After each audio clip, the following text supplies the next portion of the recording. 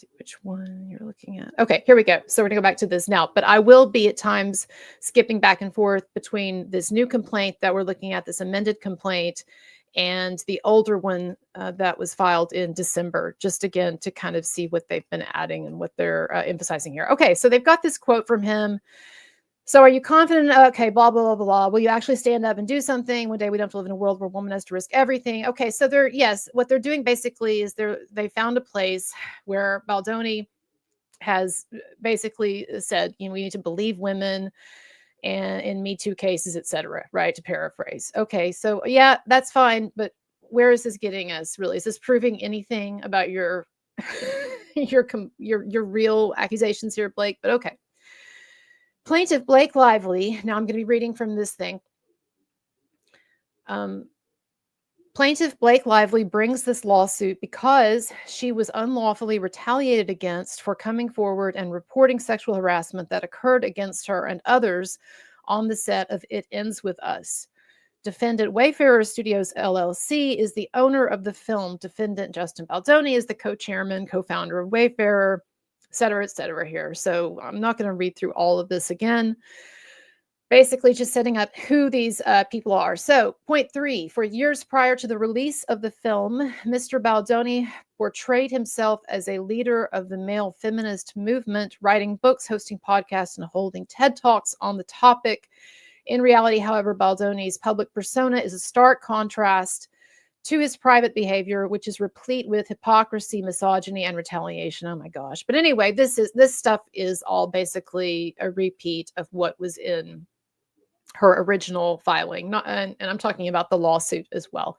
So far, that quote is new, but the rest of it more or less in line with what we've already seen. And Design Lab says, need to have AI analyze both and highlight the differences. Yeah, well, that's definitely, I'm sure somebody's going to do that by tomorrow morning too. No, that would be awesome.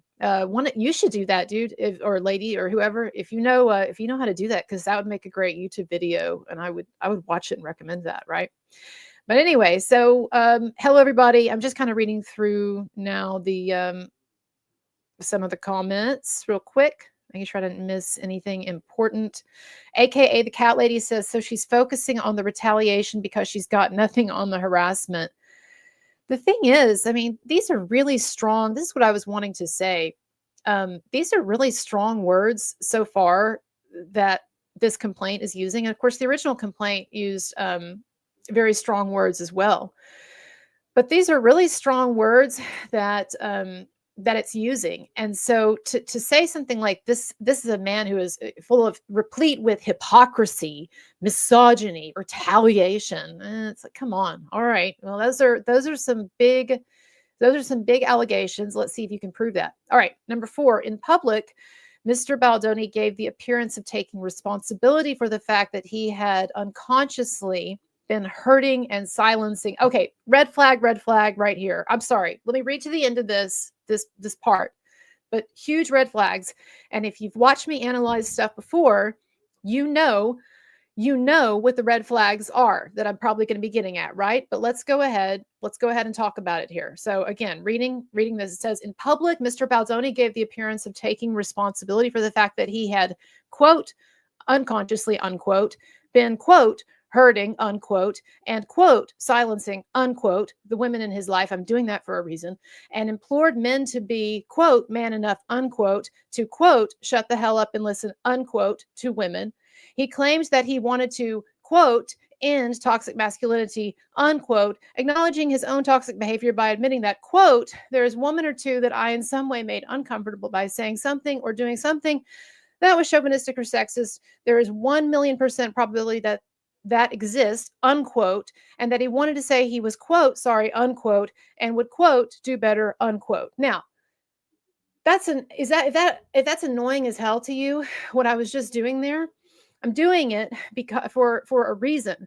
And that reason, here, I make this a little larger. That reason is that they're chopping up these quotes of his, these supposed quotes of his, because actually what would happen is if we saw what he was saying, if we saw these words in full context, then we wouldn't have a problem with them.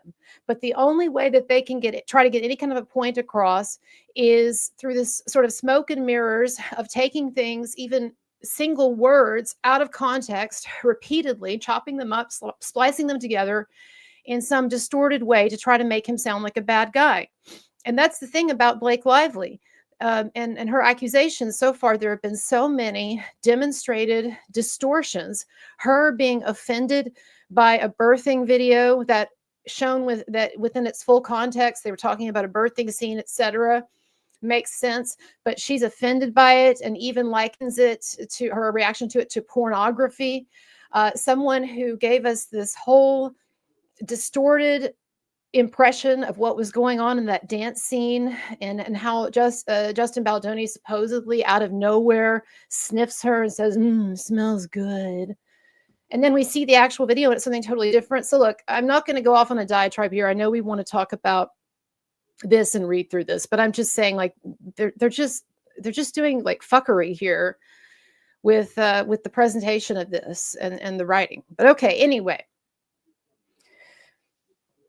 Continuing on, they're saying Mr. Baldoni echoed this narrative while marketing the film. In an interview on CBS discussing the release of the film on August 7th, 2024, he claimed, quote, "I want men to stop asking the question, why do women stay?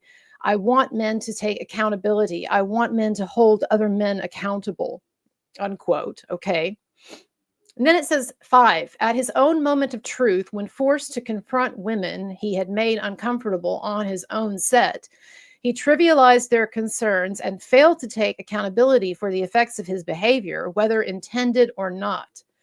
Oh, whether intended or not, that's interesting. And that's kind of a tip off there that they might in some way have to concede that he was not trying to harass anyone. That's interesting. I wonder if that was in the original.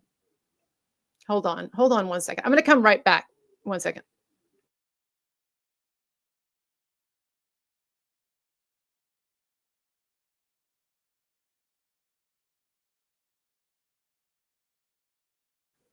Sorry. I was just looking through the original here, and I don't see this.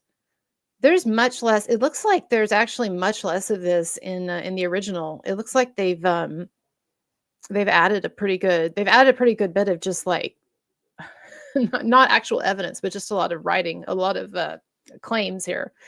Okay, so anyway, yeah, his own moment of truth. It says for the effects of his behavior, whether intended or not. Again, I think my point here is that I think it's interesting that they have this intended or not, because I think that they're recognizing on some level maybe that they're going to have to concede that this guy is not some misogynist monster, and that so maybe, yeah, he crosses the line and we're going to hold him accountable for that, but we're not going to be able to sell it to people that this is really just like a scummy, like intentional predator type or something. I don't know. We'll see what we get into here. But to me, that's a kind of an interesting turn of phrase there, kind of an interesting tip off. Like, what does that mean, intended or not? Okay, continuing on though. Lively says, claims, and when faced with the predictable consequences of having created a toxic set, namely that the cast did not want to appear alongside him in public, rather than holding himself, I'm sorry, it sounds like I have a lisp, but actually I just need to get some water. Let me finish this though. I'll have to deal with it. Rather than holding himself accountable, Mr. Baldoni hid behind his billionaire friend. Oh, I'm sorry. Hold on a second. I'm getting a text. Oh, Ari's here. I'm sorry, girl. Completely missed you. Ari, I'm going to bring you on. Here we go. Hey. Yes. I don't know if my thing will work. I can hear you. I'm so glad that you're here, guys. Everybody in our audience, please have a little patience. It'll be worth it to have her on here. Sorry, I was ignoring you there. Oh, it's okay. It's so hard to do this streaming stuff. But anyway, we got 1,000 people on. This is nice. So I'm going to break some kind of record for me or whatever. So I hope nice. Let's not blow it here, Ari. Okay, so have you been able to listen to the intro here that I've been reading, or do you want? No, I was making a video just letting people know they can download the the filings at littlemissjacob.com. So I just posted that and I got Oh, in here. that's good that you have them, because people are asking me where to go and where to get them. So Little Miss Jacob. Yeah, they can go to littlemissjacob.com and then they put their email in and it'll email them the link, and then it's the zip file that comes. Okay. Okay, cool. All right. I was just telling them I've got a lisp, or I'm developing it because I need to get some water. Do you think you could actually hold the mob at bay for like a minute while I go get some water and come back? Oh no, did she go away? No. Oh no. Oh no. I was counting on her. Okay. Until she comes back, we're gonna keep reading this this motherfucker here. Okay, just a second. All right, so I see her coming back. Mr. Baldoni hid. Okay, back to this claim here. Mr. Baldoni hid behind his billionaire friend. I knew they were going to bring that in there. They're going to start insulting Steve Sarowitz. They're going to make him out to be this like evil, George Soros type figure, someone like suspicious or shadowy or whatever. And they're going to try to, if they're going to make him, try to make him a villain, it's so transparent what they're doing here. But anyway. Okay, so she says, Mr. Baldoni hid behind his billionaire friend and retained publicists, crisis managers, digital media strategists, and litigators to mount a sophisticated and well-funded retaliation campaign that sought to bury and destroy anyone that challenged his brand. Ooh. All right. Hold on. I'm getting a text. Yeah, so I don't know. Little Miss Jacob, I'm going to remove you. Ari, I'm going to remove you from the stage, and then you can try to come back on with that link again. Sorry. So I'm going to continue this. Wow. So this is like really, they're doing some really dramatic. I can almost hear like the really dramatic music. They're trying to, it's like I hear the Star Wars, music, the dun, dun, dun, dun, dun, dun, dun, dun, dun, right? They're trying to make it out to be, because look, this is what's going on, y'all. Right now, everyone sees a David and Goliath situation, and they see Baldoni. Almost everyone sees Justin Baldoni as the David in this. And then this huge team backing Blake Lively and Ryan Reynolds. Ryan Reynolds himself worth almost $1 billion in terms of his investments in companies and stuff. And then you've got WME and these huge forces aligned with them. Okay, so they're seen as being the Goliath. Baldoni is seen as being the David. So what do you try to do if you are Blake and Ryan's attorneys and PR people? You want to find some way to shift that perception so that suddenly they're the poor, look, this poor, sweet, couple, and they're just trying to raise a family out here, and they're being, and just enjoy their craft, and they're just being picked on by this big billionaire and all that, right? So that's what they're trying to do. And to me, it's pretty transparent. I don't think it's going to work, but okay, here's Ari. Let's try this again. Sorry about that. I don't know what happened. I was trying to connect my YouTube to stream on my channel, but I can't do it from the phone. It's fine. I was trying to be no, you're fine. So too crazy with it. Can you hold down the mob with like 1 minute of yeah. observations? I'll be right back, everybody, because I do need to get some water. Right back. So if you guys don't know me, I'm Ari, and I'm not at my studio because I just went through a breakup and I'm moving. And so I don't have my normal studio, but I'm like rebuilding it at my new place. So yeah, I wish I had my whole setup like, because it's legit, but I'm on my phone and I can see the chat on my other phone, because like it's really hard to do StreamYard when you are on a phone. So anyway, I hope this is okay for you guys. But I think it's weird that they waited till the last second. It is kind of funny because I'm like, if they have a technical difficulty, like if they lose Wi-Fi for a moment, it's going to make them look really bad if they don't file this by midnight. So I wanted to ask you, by the way, I'm going to make our faces bigger for just a minute. Y'all, we are going to come right back to the complaint, but I just want to ask Ari a couple of things. Ari, woo. But weren't they late though? Didn't she actually technically miss? I mean, I guess they'll accept it, but I thought it was like 2 minutes after or something. Was it not? I feel like maybe the maybe Pacer showed it up, but like it probably got uploaded in It time, I'm did? assuming. No, oh, damn it. So, but you were saying It's that possible. I don't know. It did show up about a minute or like a couple minutes late. mhm. But you were saying that you're surprised that she cut it that close, even so? Yeah, so like when we filed our response, or I think it was like the like second updated or second amended complaint in my case against the New York Times, we did file at like 11:30 at night, and I think the deadline was midnight, and that was mainly because we were just trying to get everything in that we could think of, that like it was me working with the attorneys and everything else. And so, I mean, I could see them, but like waiting till 11:59, that's wild. It reminds me no, dude, it reminds me of, like, when I used to be a teacher and you would have so many students that you would have to give them, first of all, like, a literal, like, time, hour deadline, right? Which I understand, but I they, mean, like, I they wanna have know, ADHD, so I am no. not going to get, But then you're gonna I get can't say a something word about people that wait till the last oh, second. man, some of them are But like, it heaven obviously forbid. that was deliberate. These lawyers, and honestly, I think I'm going to do a deep dive about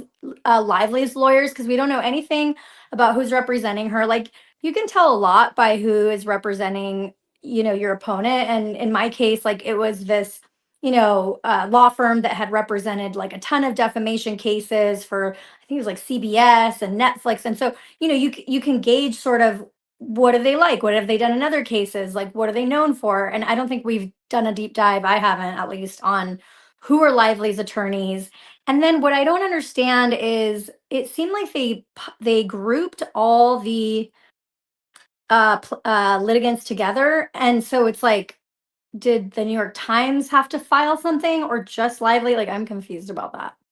Now, you said you thought that the late filing up to the deadline I think it was over, but anyway, up to the deadline, though, filing, that it was intentional, and what's the intentionality there, do you think? What's the reason? Don't know.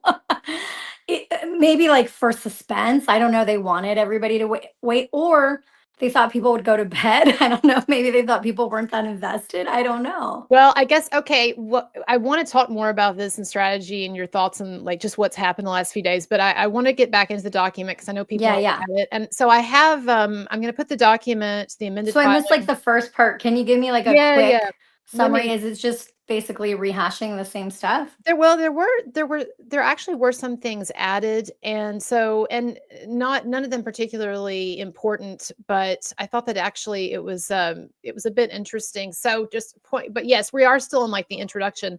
So they used this quote from him. I don't believe I was looking at the original document and I did not see this. I could be wrong. Like, feel free anybody to correct me in the chat. But not in the original, they're saying, but they have this quote in the recent filing from his Man Enough book, or whatever it is. No offense to Justin, sorry, it's escaping. Undoing Your Masculinity or whatever. And so the quote is, it should be on your screen right here, but the quote is, are you confident enough to listen to the women in your life, to hear their ideas and their solutions, to hold their anguish and actually believe them? Will you actually stand up and do something to that so that one day we don't have to live in a world where a woman has to risk everything and come forward to say the words "me too"? And so to me, like that's really melodramatic and kind of silly. What does that Like, have to do with anything? That well, doesn't prove anything. It's it's just so low. It like pisses me off. yeah, It's it's like if you ever said anything.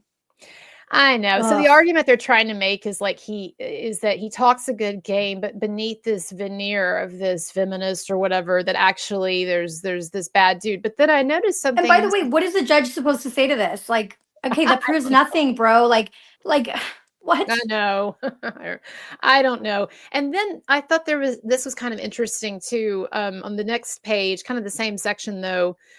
Let's see where it is. Okay, here in this part 5.5, the first sentence, it says, at his own moment of truth, when forced to confront women he had made uncomfortable on his own set, he Uncomfortable. Again, uncomfortable, suspicious.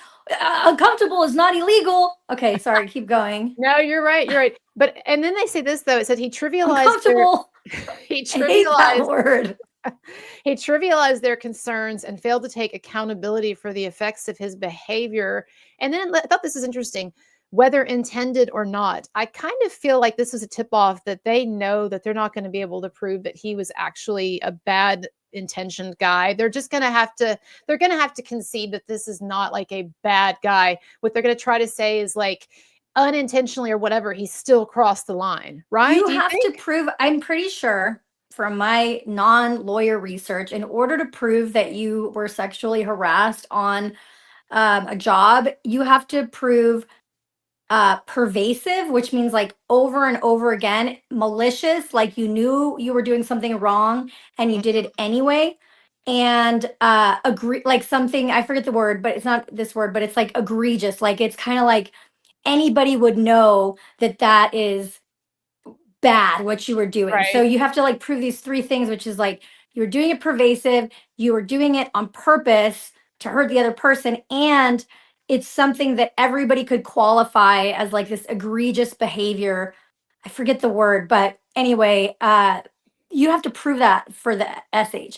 Then you have to prove that they retaliated by doing the exact same thing that Lively's team was doing. I mean, there is already evidence to support that. Harvey, whatever his name is from TMZ, already said we were getting it from both sides. So how can she say that's retaliation when she's doing it too? Right. Well, you think so. Okay, I'm going to continue with it. That's good. Those are good points, though. So it says, oh, I love this. You're going to love this. And this is where we left off. It says, and when faced with the predictable consequences of having created a toxic set, namely that the cast did not want to appear alongside him in public, rather than hold himself accountable, Mr. Baldoni, I love this, hid behind his billionaire friend and retained publicists, crisis managers, digital media strategists, and That's litigators. BS. Do you have any thoughts? I mean, it's like he had arguably Lively and Ryan have money too. Right, Arguably, they're hiding behind Ari Emanuel, another billionaire. right. So They're trying it's to the paint cuddle themselves. calling the, what is it called? Cuddle black or whatever. Well, What's and that? exactly, and even more than that, they're trying, I think, to paint themselves as like these pitiful, like Davids in the David and Goliath thing, which is just so funny. He's trying to make Baldoni. They're trying to make Baldoni like this, the powerful one in this situation. Anyway, So whatever. ridiculous. So it says he Okay, has so yeah, we haven't seen anything damning yet. no, Just no, no. remember, they made him uncomfortable. I went to the mall the other day. Somebody tried to sell me perfume. It made me uncomfortable.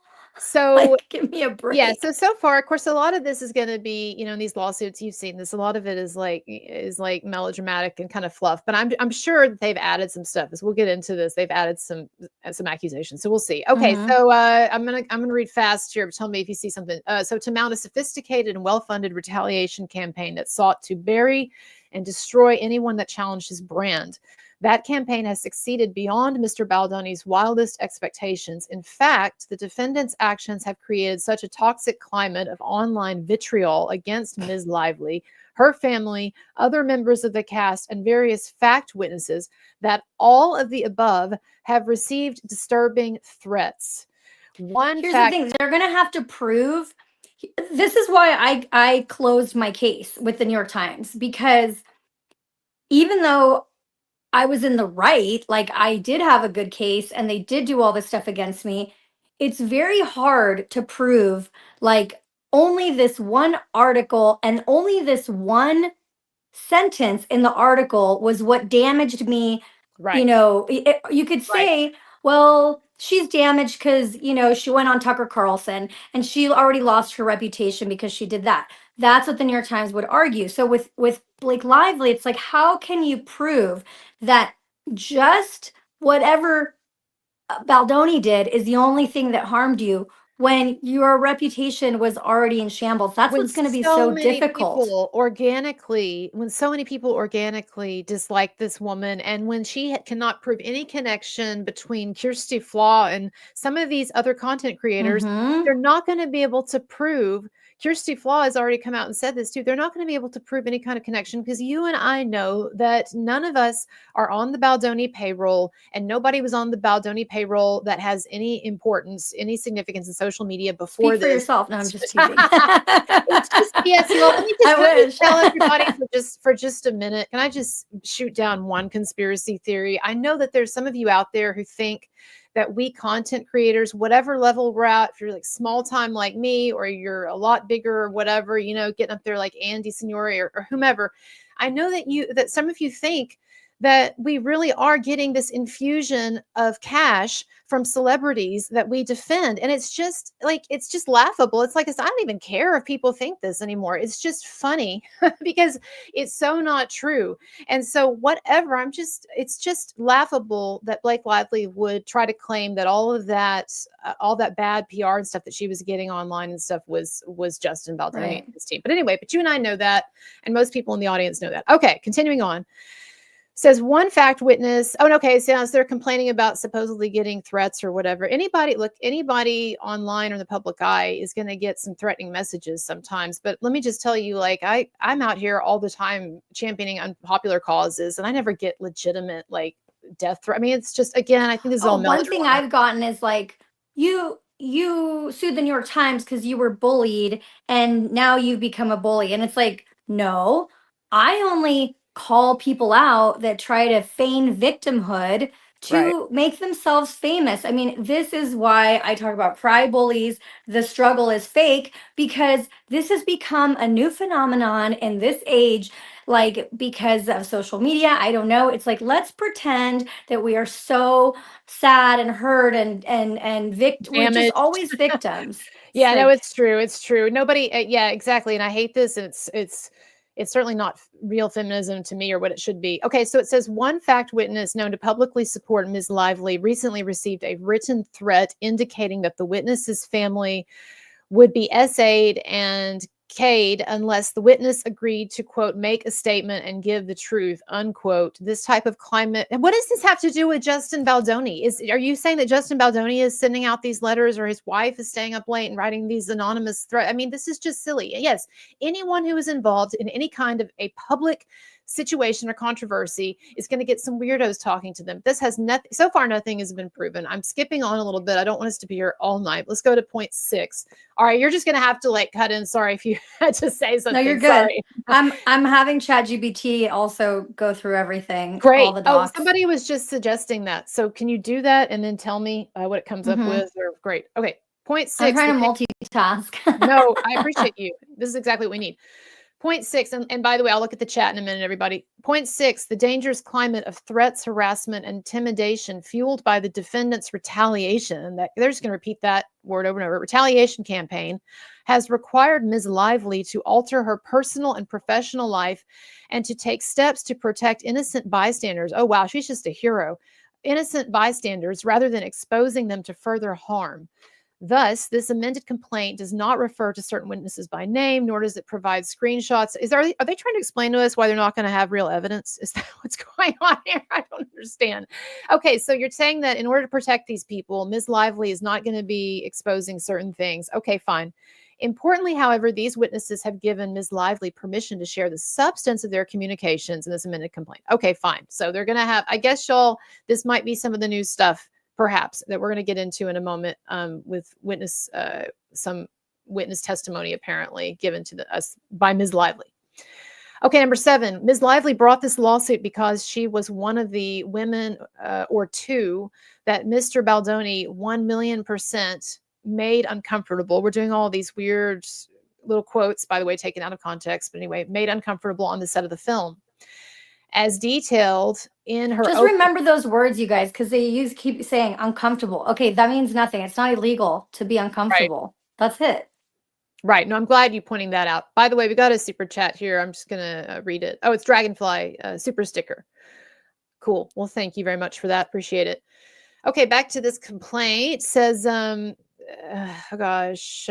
Ms. Lively was disturbed by the fact that Mr. Baldoni spoke about his pornography addiction. Here we go. Divulged information about his sex life, made derogatory, degrading, and sexual comments, described his own genitalia, improvised intimacy that had not been rehearsed, choreographed, are we trying this again, or discussed with Ms. Lively in advance, and added graphic content to the script, including multiple new scenes with nudity and a chaotic and violative birthing scene, for which he casts a friend as her OBGYN, among other things. I mean, haven't a number of these things already basically been debunked, Ari? I've seen people. So, okay, one thing though is like, and I had to learn this with my lawsuit, is that the every time you submit an amended complaint, it's not like an additional add-on. You basically have to write the whole complaint all Sure. over again, Right. and you have to put everything in that was in the first one in it again. You can just add more details and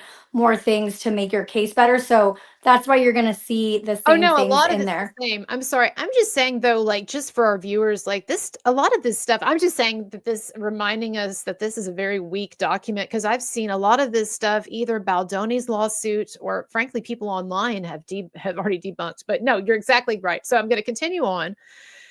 Number 8, but Ms. Lively was not the only one who's uncomfortable on set, and Mr. Baldoni and Wayfarer knew it. After Mr. Baldoni learned that he had caused Ms. Lively and others to feel uncomfortable, he turned his TED Talk and feminist advocacy on its head. He did not hold himself and other men accountable or take his own advice to be confident enough to hold their anguish and actually believe them, but instead used a louder voice to silence Ms. Lively and anyone else who might speak up. Okay, so I do want to get to the more substantive stuff. So I'm going to start kind of skimming through this, unless you see anything, Ari, but I want to try to get into and see like what new accusations might have been added here or anything.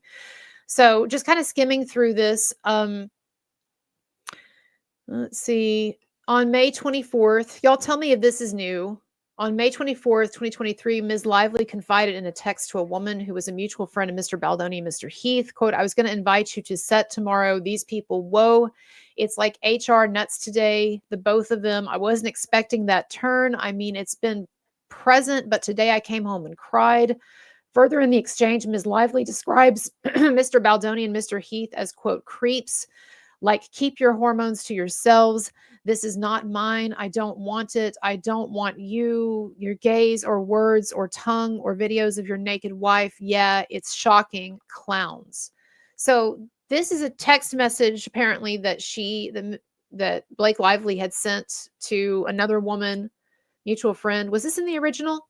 You said you're looking at the AI. I'm gonna look Hmm. through and see if I see it. Which was it? What are you? This conversation, this text conversation where she called, where Blake Lively, of course, she doesn't give us actual screenshots. Again, they've already explained that, right? This is Oh, just, okay. I think, isn't that kind of suspicious? Like, we can't see actual text. We're just being told through, Well, or no? the typically in normal lawsuits, from what I understand, you don't That's not weird. normally include a bunch of screenshots. The screenshots are included for the public, basically for the PR. Okay. But if you had them, why wouldn't you just include them Right. to basically make your thing spicy and fix your reputation, you know? Yeah, it seems to me it seems a little suspicious. I don't see this exactly in the original lawsuit here. I'm looking through it. So anyway, I'm not sure this might be a new one, but I'm going to keep reading through it. Uh so but again, this is Blake Lively talking to someone else. So again, this is not any kind of, even if this is an accurate representation of a text exchange, I guess they're trying to say here, well, at least she was recognizing it at the time as sexual harassment. She was complaining to someone, but I mean, that's no shock to us given what we know about her. Okay, number Yeah. 11. A few days later, on May 26, 2023, Ms. Lively reported her concerns regarding unwelcome and inappropriate behavior by Mr. Baldoni and Mr. Heath, the chief executive officer of Wayfair, to Sony employee Anga Gianetti, the film's representative for its distributors, Sony Pictures Entertainment. Is this new?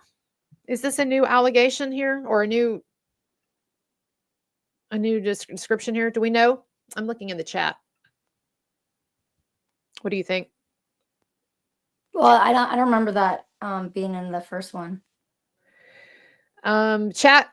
Chat is saying no. So no, it's not new. Or so have we seen this before about Sony? This allegation that she reported this to this person at Sony. I know, Kylie. I feel the same way. God give me the strength on this. Okay, thanks, Kimberly. It's been mentioned before. Okay, we're gonna keep going then. It has? Again, That part was mentioned? Yeah, that's what she said. So again, we're doing this on the fly here, and I did not study the original complaint, which it did occur to me right before I I went on. did, but I just don't No, she remember. didn't. It That's was a lot. really long. It's okay. People just want us to read through it honestly and respond. Yeah. So, point 12, over the following 3 days of May, but I did love that comment. God give me the strength. Mm. Over the following, I think that gets the comment of the night. Who was that? Where'd you go? Oh no, I don't see you anymore. But anyway, that was a great comment, by the way. I love it. Okay, here we go. So, over the following 3 days in May of 2023, another female cast member reported her own concerns. So again, this was mentioned before. Apparently, Mr. Baldoni responded to that female cast member then in writing, acknowledging that he was aware of her concerns, that adjustments would be made. Then it says, notwithstanding that promise, Wayfarer took no actions to investigate this reported conduct, nor did implement any protections at the time. And then it says, a week later, the same female cast member told Ms. Lively about her growing concerns with the conditions on set and that she found it difficult to talk to Mr. Baldoni.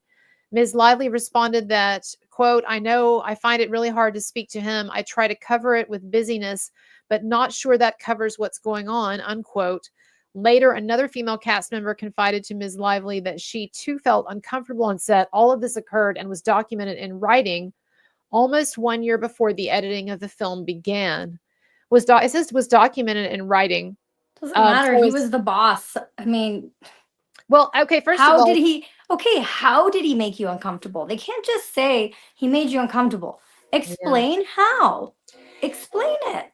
it He gave me continues the to be ick. vague. Okay. And so you're gonna sue him? Like, It please. continues. Yeah, it continues to be vague. And I don't look, we'll see what they've got in their evidence pile or their exhibits toward the end, but When no when text Taylor or anything. Swift did that whole lawsuit against the guy that grabbed her butt or whatever, it was like, this is what he did. I know he did it. There's a picture of it, and I'm gonna give him hell for it, and good for her. But if Right. you don't have that, if you don't even can't even point to what he did, he breathed on me hard, and I had to redo my makeup of somebody allegedly. Give me a break. Well, and this might be a reference to the leaked or supposedly leaked complaints, Sony complaints that were going around the last 2 weeks and that some of us discussed a day or two ago. And it may or may not. But anyway, I talked about when I read through those the other day on my show.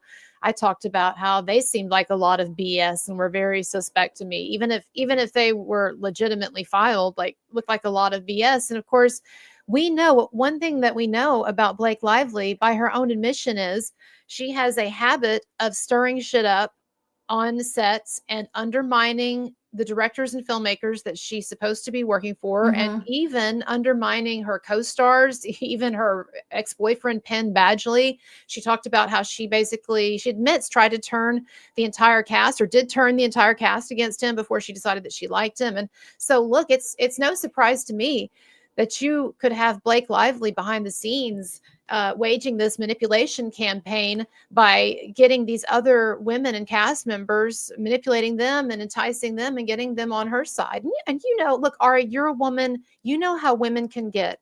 They can get, I'm sorry, but it's true. They can get Mm-hmm. gossipy. They get cliquish. Once a perception, it's very sort of cool, Mean Girls thing. Yes, once a perception gets started in a clique of women, that then they like to really honestly revel in that. Oh, I don't like him either. Did you see he just did that? Oh, he did that. Oh, I know. Well, let me tell you what happened to me the other day. Like, I hate Yeah, this when they aspect when of they were trying women. to come at me for the these TikTokers that they wrote about me in the New York Times or whatever, they said yeah, like there was talks that they were trying to put in there, oh yeah, she's addicted to Adderall and she stays up till 4 a.m. answering emails, and it's like, yeah, sometimes I stay up late answering emails. I'm not addicted to Adderall. Like, they didn't put that in the article, but my point is I It was heard such that a going hat. Yeah. around, and I was like, they can't write that, because that would be, I would be like, you guys are being ableist because I have a disability. Right, right, right. Well, But I'm just saying, like, they'll find anything to right, try to make you look bad. If somebody wants to make you right. look bad,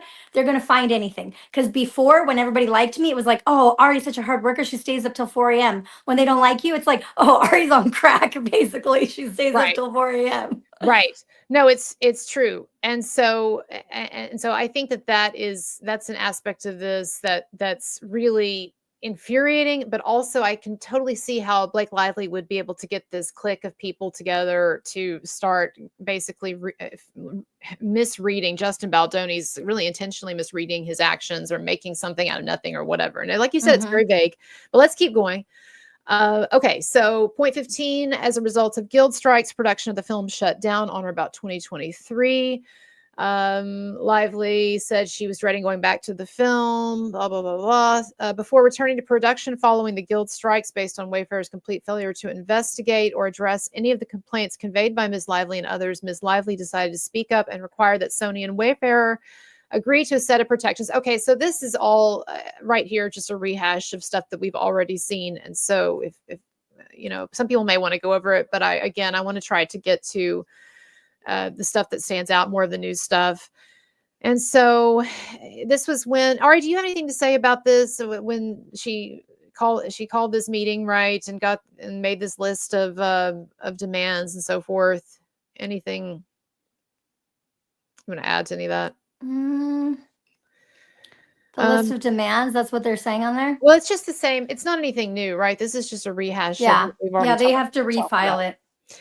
Okay, so I'm going to continue on, y'all, because I want to see what else has been added. Number 22, as the cast and crew returned to production, Ms. Lively reassured a female cast member that as a result of the protections that Wayfair and Sony had agreed to, quote, "You don't need to hug anyone," unquote, this time, to which you don't need to hug anyone, to which the female cast member responded with gratitude. What a weird, okay.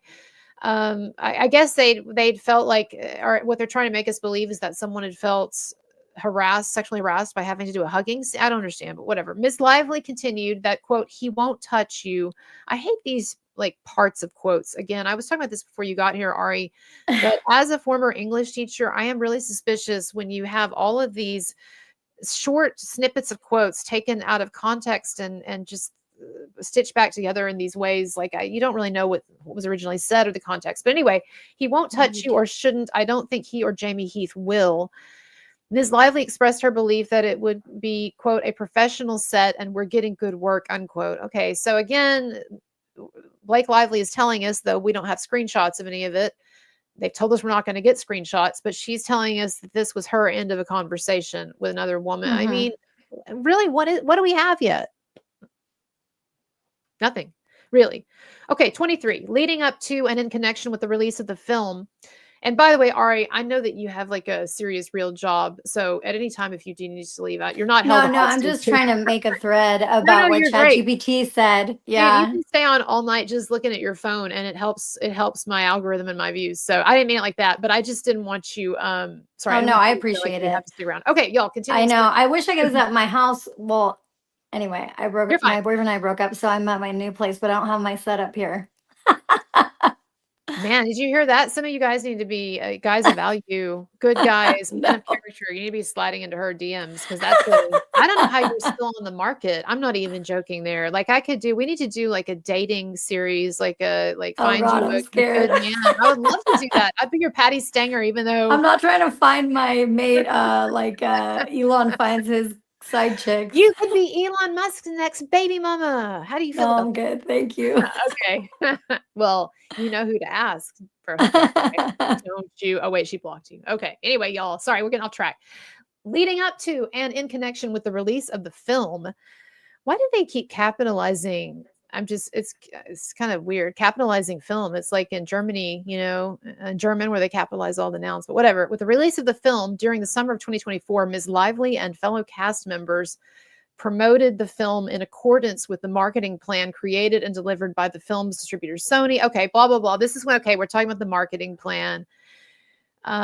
This is when they this wasn't the original lawsuit. This is when she accuses Baldoni of pivoting from the marketing plan. So she's going to blame all of that tone deaf stuff that she said and those stupid things that she said in interviews and grab your flaws and all that. She blames that on the originally agreed upon marketing don't campaign. Forget, they say basically, and I remember this from the New York Times, they say that he changed his strategy because he was it was looked bad. But there's no proof of that. All there is proof that Baldoni had the same strategy from day one, that he wanted to help victims of DV. So where's the proof that he shifted course. And anyway, when you go promote a movie, if you have a PR team, they sit you down, they do media training, they say, what are you going to talk about? How are you going to talk about it? I see nothing nefarious about if even if there was a PR team saying, hey, this is how you should talk about it. I mean, of course you're going to have a conversation because it's kind of like a touchy subject anyway.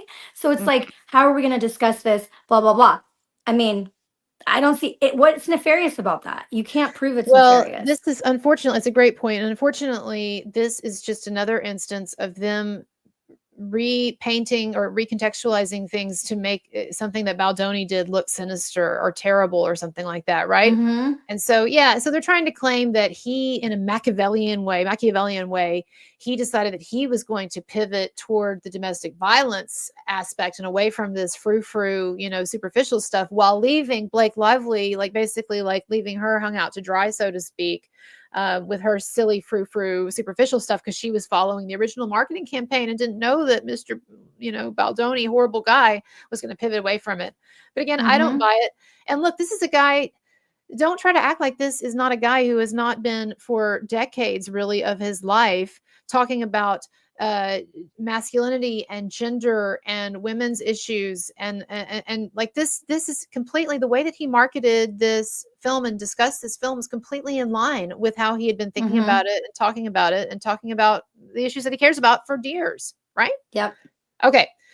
So then it says, continues on with this. It says in the days leading up to the film's release, he abruptly pivoted, blah, blah, blah. So this is all stuff that was in the original complaint. We're going to keep going here. Mentions here also Steve Sarowitz, again, the billionaire who divulged to a witness. They claim at the film's New York premiere that he was prepared to spend $100 million to ruin the lives of Miss Lively and her family. Yeah, I'm really sure. I'm really buying. Even if he said that, you want to know what I would have said if I had $100 million after Taylor Lorenz destroyed my life? I would have been like, I'm going to spend every last cent to destroy Taylor Lorenz. And after everybody found out what she did to me, they would be like, yeah, go for it. That she's a bad person. And how are we going to use that money? We're going to pay lawyers. We're not going to like go to her house and do something to her. That's very different. They can't prove that Steve Sarowitz said anything other than basically what he's actually doing right now, most likely, if he's backing this lawsuit 100%. Anyway, that doesn't prove anything. Still, like Yeah, we're it's stupid. And look, they keep trying to do this. They keep doing this thing, Team Lively Reynolds, where they depict themselves, like I said, as being these Davids, these in the David Goliath, and they're acting just, defensively, and these big bad, billionaire wayfarer people just keep beating them up. When really, again, like Mhm. who is like you said, who is the aggressor here? Who started this, and who's acting defensively? So let's say hypothetically that Steve Sarowitz did say something to someone about I'll spend up to 100 million to It's a free fight. country, freedom Like, of speech. well, and he's again defensively, and what's happened is they Mhm. backed him into a wall, and so the guy is like, "Okay, screw it then. I guess I'm gonna have to fight." I still think that it's the WME agent. I bet you anything that there's a little peon downstairs in the basement with Baldoni that was hearing all the conversations, and then they ran back to WME because Ari is the boss there. Sorry that I share a name with him, but they, look, I don't want to fight with Ari Gold. You know, the character in Entourage was made after Ari Emanuel. I mean, Right, if anybody watched Entourage, this was like the most crass, like right, right, right, cutthroat right, type of agent. And look, my story also has agents. WME, UTA, CAA, they're all cutthroat, they're all sharks, right. and you don't want to mess with the very top person. But the point is that, yes, somebody, there's little minions that don't get paid much that are trying to, probably on both sides, right? Suck up to Sarowitz and some sucking up to Ari Emanuel and Ryan Reynolds. So, who those little birdies are, we might never know. But I guarantee you that there has to be somebody that was in the basement with these people that is a little birdie towards Blake Lively. It has to be. Right, right, right. No I'm sure you're right. Okay, continuing on here. Again, we're gonna try to find the new stuff because again, this was in the last. So this he had this stupid Israel Hamas illusion. I'm just gonna keep going though. So 28, supported by Mr. Sorowitz's financial backing and militaristic worldview. Oh, I see, because they were bringing in the whole. Oh God, give me a break. Mr. Baldoni and his Wayfair associates embarked on a sophisticated press and digital plan. Okay, continuing on, because again, this all to me, I'm not seeing anything. I'm recognizing the same wording, the same claims, astroturfing, social manipulation. So far we're 15 pages in of 141. I'm going to keep going.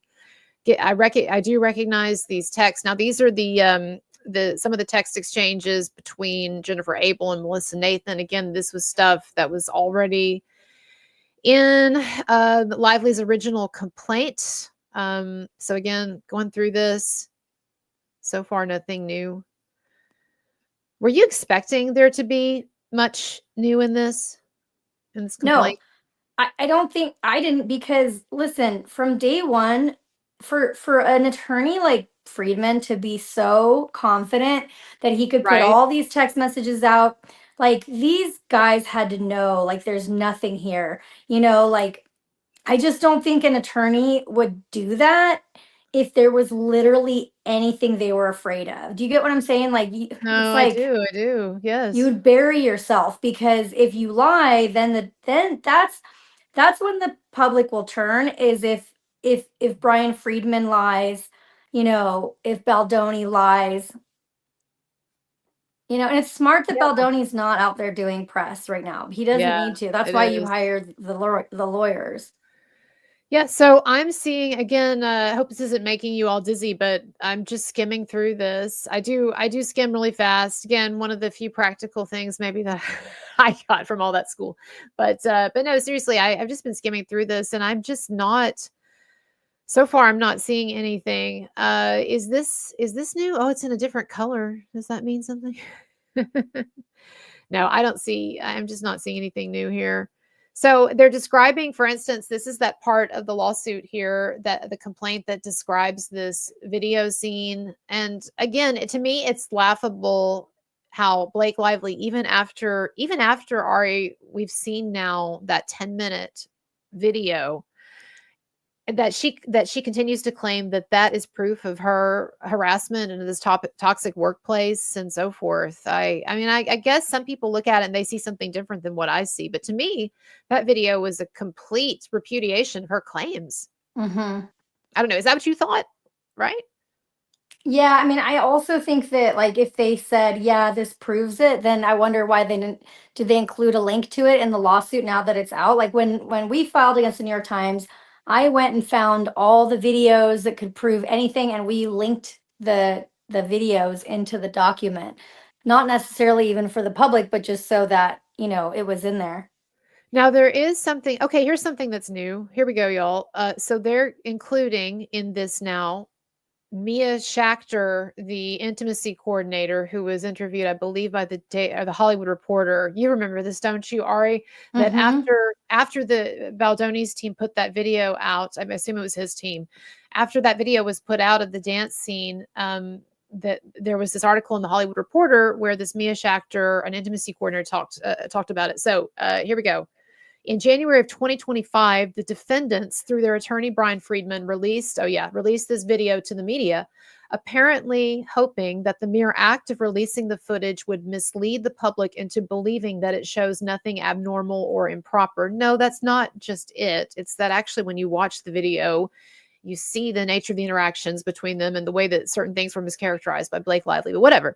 But going back to this, but the footage by itself corroborates Ms. Lively's description of the scene to the letter. Oh, really? That is not just Ms. Lively's view. As Mia Schachter, an independent and experienced intimacy coordinator, noted in response to an inquiry from the Hollywood Reporter, the footage shows Mr. Baldoni, quote, trying to kiss her, and they clearly haven't discussed that ahead of time, and she keeps pulling away and clearly doesn't want to do that, unquote. Improved intimacy in this scene would not have been flagged for an intimacy coordinator in advance, Ms. Schachter explained, because in the script, quote, they're just slow dancing. There's not any mention of any kind of physical intimacy, unquote. As she explained, even though Ms. Lively is, quote, not powerless, unquote, she, quote, still has to keep working with him and keep the peace and play nice, unquote.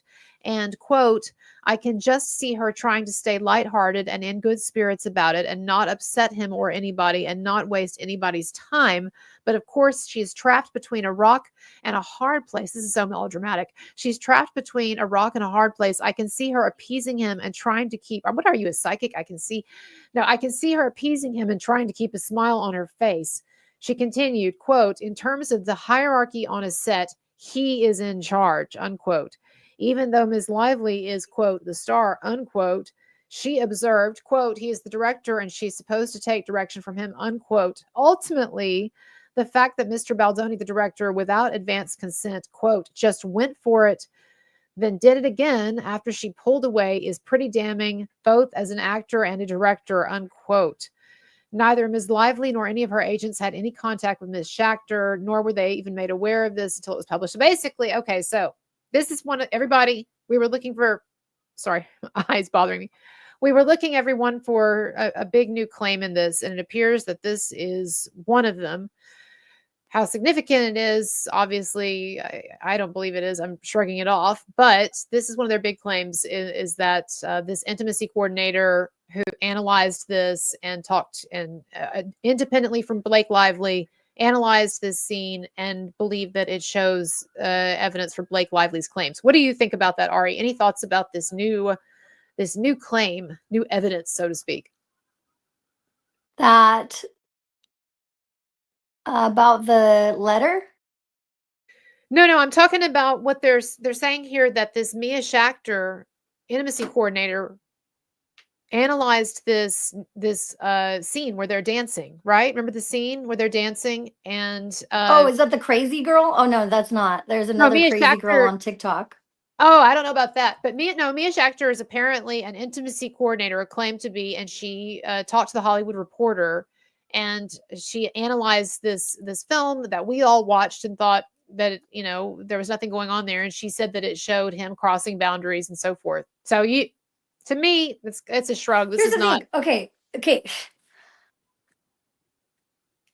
If somebody, this morning I just watched this video, okay, of a woman that got in an Uber and the Uber clearly was not going to her house, said he was going to go to a gas station, all this stuff. The reason why I bring this up is because she was like afraid for her life, for her, and so in that situation, she's not going to say, hey man, you're making me uncomfortable, whatever. I can understand in a situation like that because you're afraid for your life or you're afraid for your safety. If you have 100 people around you and a camera and you feel uncomfortable, what are you going to do? Like, if you actually feel threatened, uncomfortable, at the very least, you're going to say, hey, can we pause for a second? This is what I would do. Hey, can we pause for a second? Even if it was an abuse of power or whatever, I was scared of my boss, I'd go, can we hold on for a second? And I would go to anybody on set that I trust, that whatever, and just say, do you notice that he's doing this right now? Like, I want to just make sure that am I crazy right now? Because I would be pissed. Like, she doesn't look pissed. She doesn't even say, hey, I'm pissed to anybody. She just plays it off. So if you're uncomfortable, then you have to take some responsibility as an adult woman. You're not a child to say, hey, I don't like this or whatever. All she's doing is seemingly kind of flirting with him. So I don't like that. That's like, what, we have no agency to speak up? Come on. And how is he supposed to know he's making you uncomfortable if you don't say it? Oh, I can't hear. Sorry. Thank you. All due respect to the intimacy coordinator, and she's entitled to her opinion of things, but I watched, and a lot of us watched the same video that she did, and I just did not see some of the things that she's described here. So I don't think, look, they can, again, they're trying to play the PR game just like Justin Baldoni's team, and they're putting this in here to try to sway the public and say, oh, look, we've got this expert witness, this intimacy coordinator who verifies that this is what you actually were seeing. Because look, they have to know strategically, Blake Lively's side, that this video is almost up there with like the Depp versus Heard, those audios that made Amber sound so bad. And when we watch this video, because when we watch this video, we see someone who doesn't look harassed, who doesn't look Not just that. intimidated. Don't Yeah. forget, at least in Johnny Depp, there was some like sarcastic, but like remember like the body in the car, like there was some spicy text in there where you could be like, Yeah. okay, Johnny, like, Yeah. Yeah. Yeah. it made him, you could say it made him look bad. Not always good for appearances. But Yeah. but when you talk about this case, there's nothing. Even when Baldoni's in the freaking basement, he doesn't even say like F that B. Like what I would say. That's a He's good like, point. oh, kumbaya, it's I okay, know. loves and hugs, and we'll be okay. I mean, that like says a lot about him. It's That's what I'm true. saying. It's like it's so different than Depp versus Heard, because at least in Depp versus Heard, the people that are on Amber's side are like, well, he was kind of a jerk, and I think you could say like he's alcoholic, he's blah blah blah. But what are you going to say about Baldoni? Yeah, I don't think I think that the public are hip to who these people really are, and I just don't think that this dog is going to hunt, so to speak. This idea that they're trying to plant with the public that this woman felt in any way like harassed or whatever. But anyway, continuing on. I know we're Well, only and also, 31. why I want to know, why did they keep us up till midnight for this crap? Like, Let's see it's where later probably on your end. Well, luckily I'm a night owl, but everybody, I'm going to try to go a little faster here, but we do see one new thing they're adding. To me is not significant, not substantive here, but this intimacy coordinator's opinion. Okay. Continuing on. 84, Ms. Lively complained about inappropriate behavior as early as May 2023. Some of this stuff has already been debunked too, about the intimacy coordinator and so forth. And we've seen actual screenshot of text from Justin Baldoni's side showing that there were numerous times when Blake Lively refused the intimacy coordinator to meet with an intimacy coordinator or whatever. But so I don't even really want to get into this again. This is not new information here. And then we have this claim about Mr. Baldoni inserting improvised gratuitous sexual content or scenes into the film. This is a carryover again from the original claims. But where's the proof? What scene? Right. What did he add? Nothing. We got nothing. So this is all a repeat. I recognize this and the language and everything. We keep going here. The birth scene. The birth scene thing has been debunked too. You yourself, I think, pointed out that this supposedly random friend of Baldoni, it turns out, was a legitimate actor. Oh yeah, I said that on the very first thread. Right? What was it again? He was he has his master's from UCLA acting school, and he was an award-winning, I think, theater actor. Okay, let's see if this is new. This might look a little bit different or new or something. 89. When the birth scene was filmed, the set was chaotic, crowded, and utterly lacking in standard industry protections for filming nude scenes. Oh, no, I think this was already in there. Mr. Heath and Mr. Baldoni also failed to close the set, etc. Okay, so again, this question of the closed set or not. See what else. Oh, here's the thing about now look, I do think that this is a change here, and wouldn't this be an interesting if they made this change because we've been harping on the pornography wording so much. Hold on just one second. Let's look at this. So 90, to add insult to injury, Mr. Heath approached Ms. Lively and her assistant on set and started playing a video of a fully nude woman with her legs spread apart.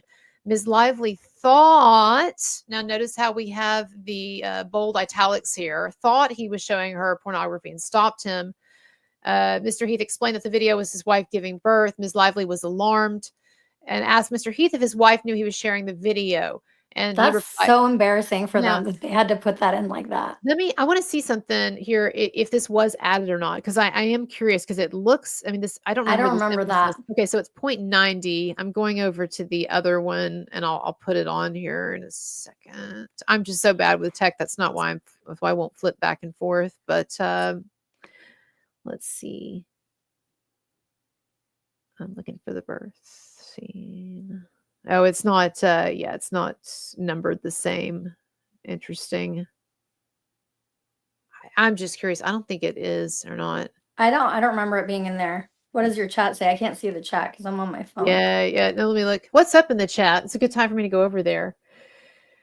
Yeah, would someone check if you have the original complaint? Would someone check and see? I'm just curious if they put that, if they italicized or they had that phrasing in there that she thought initially. Maybe it was. I don't want to spend more time looking at it, but it'd be interesting if that was changed or not. Oh, as you said, it was in there. Okay, well, never mind. My bad then on that. It's Thank the you, Ruth. same thought. Yeah, that's what she said. It's in there. So Let me anyway, look too. I have it, I think. yeah, you can if you want to. I appreciate you on that, Ruth. All right, I'm going to keep reading though. So continuing on. False alarm there. So, okay, 91, Mr. Baldoni added detailed scene to the film. We already talked about this. And again, this is manipulative of Blake Lively to put this in here, this scene where it's talking about an actress who's not even her. It's a younger actress from a younger version of Yeah, I her. remember And that anyway, part. we've talked about this. It's just again misrepresenting things in their worst possible light inaccurately. Okay. By the way, this is not new, but I just want to say something about this because I think that of all the things that Blake Lively has claimed in her complaints about Baldoni, that this is potentially the most damaging in a way to could be to some people. And I want to talk about my opinion on this. During a car ride with Ms. Lively, her assistant and driver, Mr. Baldoni claimed to Ms. Lively that he had been sexually abused by a former girlfriend, and I'm sorry about that for him, which he has since shared publicly. I think I don't know if that was added or not since then. But anyway, at the end of this story, Mr. Baldoni shared that it had caused him to re-examine his past. He then said, quote, "Did I always ask for consent? No. Did I always listen when they said no? No," unquote. Mr. Baldoni claimed this was an example of how we all have things from which we can learn and grow. Ms. Lively was alarmed by Mr. Baldoni's suggestion that he had engaged in sexual conduct without consent. When Ms. Lively exited the car, her driver immediately remarked that he did not want Ms. Lively to be alone with Mr. Baldoni going forward.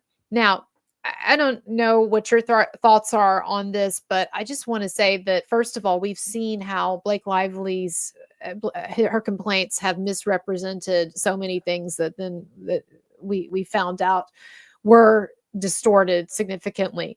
So, do I think that this is exactly how Justin Baldoni expressed what he was trying to say here? I think, first of all, it's very unlikely, but I think that it was very much taken out of context here. And I don't for a minute think that Justin Baldoni was saying that he essayed someone. I have had conversations with a number of smart and sensitive, good guys over the years, like deep conversations, sometimes in classes that I've taken, and sometimes, late night, groups of friends staying up, drinking or whatever, and talking where people sometimes really get real about the difficulties of navigating sexuality in this modern world. And one of the things that comes up, I think, and I've heard both sexes honestly talk about this, is the gray areas for consent, where at times, because nothing is being verbally said or whatever, the one side may not know exactly how the other one is feeling, and yet the momentum takes them in a certain way with sex or whatever. And I think that these kinds of conversations are healthy to have, but what's happening here is I think Justin Baldoni was trying to do what he seems to really do so well in his podcast and stuff, which is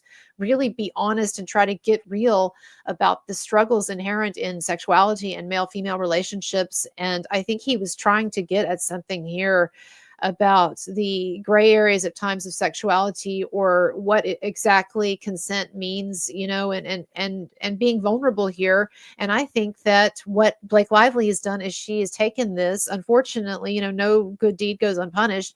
She's taken this act of like bravery or sensitivity and trying to talk about these things for the film, and she's Right. twisted it into this essay confession that I absolutely Yeah. can't believe it was. That's just me. Sorry, that was long-winded, but I just think No, this. I agree. And listen, could Baldoni have ADHD and be an oversharer as well as well Right. intentioned? I could see that possibly, but it's also like, I don't know. I have this feeling that maybe he was saying, did I go, in the moment, did I ask a woman, like, do I have your consent? Right, Yes or no? right, Because who actually does that when they're right. in the moment, in the heat of the moment? The other thing is, I know that. sometimes girls are flirting and they say no, no, no, no, you know, and but they're clearly into it, but they're like, no, I shouldn't, you know, or Right. whatever. They're I could see ambivalent. a Ambivalent. conversation about Right. talking about that. I'm not saying, look, No, we know what you're saying. you get what I'm saying? So at the end Right. of the day, I do, without understanding the context, if there's no recording, then how apparently they have a driver who, let's think about that. Well, If hold on. anybody's going to be biased, Hold on one second. Sorry, Ari. There's just several things coming through here. So, and we'll get back to this. But Justin, it says Justin was telling her about a time that he was essayed and she flipped it. Well, yes, certainly that's how the conversation started, and that's probably what it was about. And then, but she finds one little something, probably twist it, decontextualizes it, and then throws it out there and make him look bad.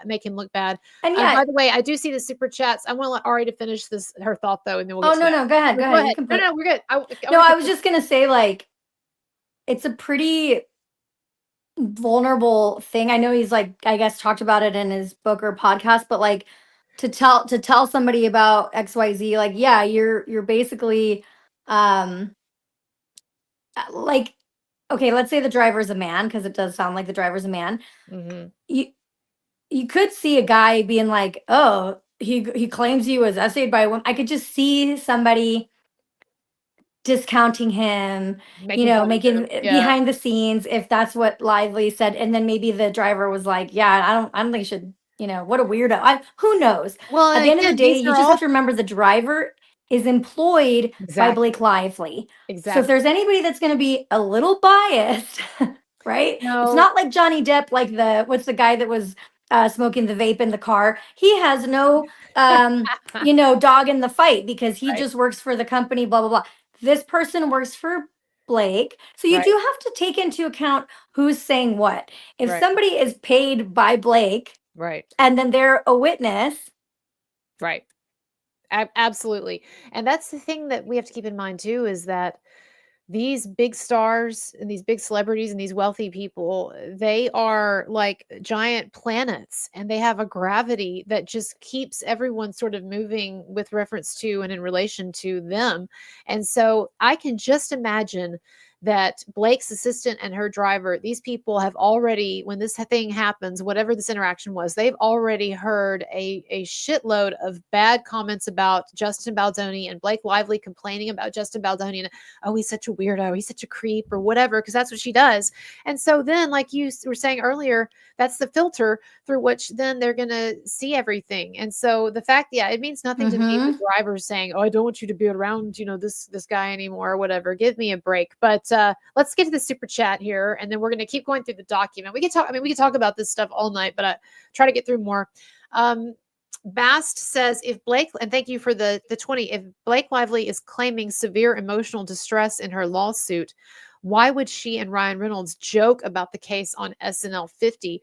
Wouldn't that contradict her legal claims and weaken her case? Well, that's exactly what lawyers, a number of lawyers that we know have been saying online, Andrea Burkhart, Legal Bites, and some others, that it was really, from a legal standpoint, it was really stupid what they did with the SNL, right, Ari? yeah. I mean, I think they're going to claim that, I think it's, I mean, here's what I don't understand. This case could get dismissed still. Like, I still think that they're not going to get past the New York Times things. That's very hard to do.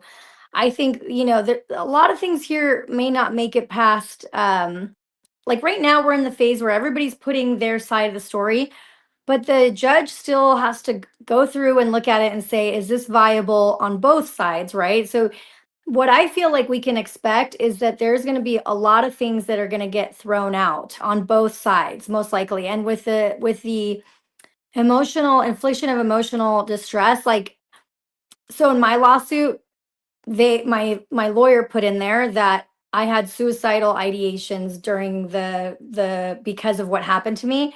The judge threw that part out. They didn't they threw out the emotional distress, and I don't know exactly why legally, but I mean, we put it in there and it was true and they threw it out. So, um I don't think that that part is gonna, and then yeah, and then on top of it, they have all these things about they're gonna have all this proof that they're going out and joking about it. So yeah, it's not gonna look good. I mean, like I said, my side put it in and it's like it's Yeah. like a technical thing that's so hard to prove. Yeah, I yeah. don't know exactly why mine got thrown out. Okay. So, not poison ivy. So, give us $2 there. Thank you for that. Oh, I know why. I know why it's hard to prove. Because you have to prove that it wasn't from Something postpartum else. depression, from Right, the right, other right, bullies. It's too hard. right, right. No, that totally makes sense. And so, and I'm sure that they have an attitude too of like, we're going to have to get out there and live our lives. I mean, this could be going on for a year or two or whatever. What are we going to do? Just not go out, or we're going to completely withdraw from Hollywood. But as you well know, Ari, like that's the price that you have to pay or that you pay when you start this process. And of course, they didn't realize what they were biting off with all this, didn't even want to Yeah, I file a still don't think lawsuit. they were planning on filing the Yeah. complaint like as a real lawsuit. Yeah. So anyway, Austin, I'm sorry if I'm butchering your name. Is it Fade Routha? That's pretty. Harkonnen. Oh, Harkonnen. So the Dune person. What's up? What's up? Oh, I see Austin Butler. Okay, I got you. Or is it the real Austin Butler? Super sticker. Thank you for that. Appreciate it. And then we've got Farron or Farron, Franzak. I'm terrible again. Sorry. TV. Thank you for this. Says my two favorite ladies. Thank you for sticking your neck out and speaking truth to Oh, hey, actual Farron. power. Do you know this person? Yeah, it's fair and balanced, I think. Oh, what's up? What's up? Yeah, yeah. I know her as well. And so, hello, everybody should check out your stuff. It's hard to do. You said, thanks for speaking up. It's hard to do and scary. Y'all make it look easy.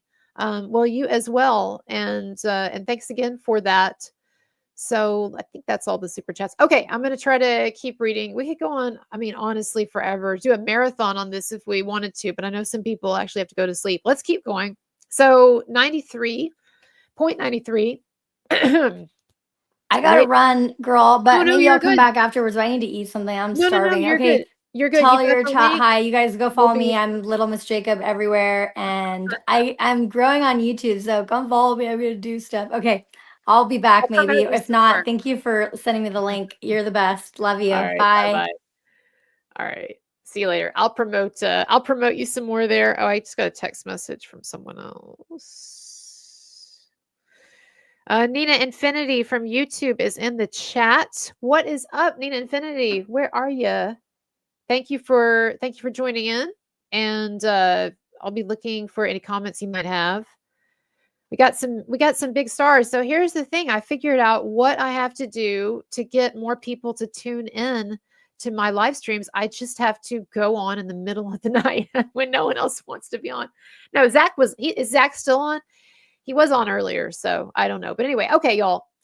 What's up, Nina Infinity? Thank you for being here. Upstream Worlds, did I miss you? I missed this. Sorry. Thanks for this. And you said you are on it tonight. Colonel Kurtz, big fan. Thank you. Well, I appreciate you all being here. One of my biggest audiences ever. And thanks to Ari for that. Definitely helps a lot. And yeah, okay, I'm gonna get back to it then. But what's up, Nina? I will try to keep a lookout for your comments. Let's get back to it. So later in July 2024, in connection with another discussion, Ms. Lively recounted this consent story to a female cast member. And in exchange, I think again, this is more of the same. But it's crazy. Quote: "It's crazy how above reproach they feel. It's like he said to me about his previous sexual encounters when we were in my car with my assistant and my security. He said, 'Have I always asked for consent?'" Okay, fine. So again, Blake Lively is saying that she was telling this story to another cast member. Again, why don't we get text though? I mean, they've tried to explain that away to us, but Baldoni didn't have an issue giving us text. Okay. Keep going with this. Again, I'm skimming through it. I'm just seeing a lot of the same right here. Yeah, same stuff. She's complaining again about Baldoni and Heath supposedly speaking of their pornography addiction. But again, like these are like men's issues, and this relates directly to the film that they were all producing. And so, and again, we know her tendency to take things out of context. Okay, keep going on. Again, this is a retread too, but this always makes me chuckle. Mr. Baldoni engaged in other behaviors that were shocking and emotionally distressing. For example, he claimed he could speak to the dead and on several occasions told Ms. Lively that he had spoken to her recently deceased father. I'm sure this is a distortion of something. On one occasion, when he claimed to have spoken with Ms. Lively's dead father, Ms. Lively attempted to deflect the comment with humor, saying, let him know he owes me $40. Mr. Baldoni replied, wait, does he really? That's funny. Oh man, Ms. Lively was shocked that Mr. Baldoni was pushing the conversation further. Oh, she was shocked. It's so shocking. He's whatever. You put it out there, lady. And replied with another attempt at humorous deflection, stating, oh God, no, he owes me so much more than that.